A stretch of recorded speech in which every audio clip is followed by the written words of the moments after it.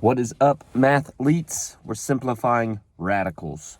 You need to know your perfect squares. If you know your perfect squares, that's how I like to solve radicals. So, my perfect squares: 1, 4, 9, 16, 5 times 5, 6 times 6 is 36, 49, 64, 81, 100, 121, 144. These are the perfect squares. That's up to 12. You should know up to 15. We could talk about that later. Here we go. Starting with 125, we just take it up this chain, right?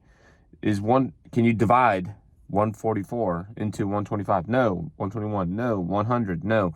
Like, we're looking for a perfect number. That perfect number is 25.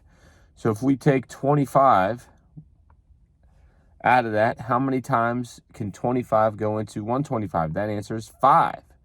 I'm going to leave that in there. Well, what is the square root of 25? The square root of 25, this guy just becomes 5. And this guy just comes down. Let me teach that a little bit to you right here, now that you see it. So you look at your perfect squares, and going from the highest perfect square down, you're looking, okay, 125 falls right here. So what is the first perfect square that will divide evenly or perfectly into this number? So 121 doesn't. It leaves me with a decimal. 100, same. 81, nope. 64, does 64 go into 125? Well, 64 times 2 is 128. So, no.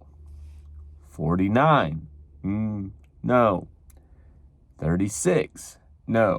25, yes. As soon as I get my first yes, that's the one I'm using.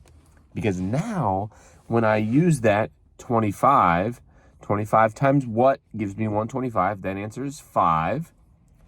Now, I know I don't have to simplify anymore, right? Like, I'm not going to have to break down this 5 or look for it anymore, because 5 lands here, 4 does not go into it, and 1 leaves me with just 5. So we're there. So now it's like, okay, well, what's the square root of 25? Well, it's 1, 2, 3, 4, 5. So the square root of 25 is 5, and I bring this guy down. That is how you simplify radicals without doing prime factorization.